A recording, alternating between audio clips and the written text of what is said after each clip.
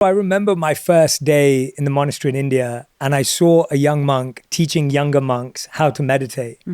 And so I walked up to this young monk and asked him, "What are you doing?" And he said, "It's their first day of school. I'm teaching them how to breathe." And I said, "Okay." And he said, "What did you learn on your first day of school?" And I said, "Maybe 1, 2, 3, Right. ABC, I don't know." Right. And he said, "Well, here we teach them how to breathe because the only thing that stays with you from the moment you're born to the moment you die is your breath." And he said, everything else changes. Your family, your friends, where you live, all of that can change, but the breath stays with you that whole time. And then he said to me, "What changes when you're happy?" Your breath. And he said, every emotion in your life is connected to your breath.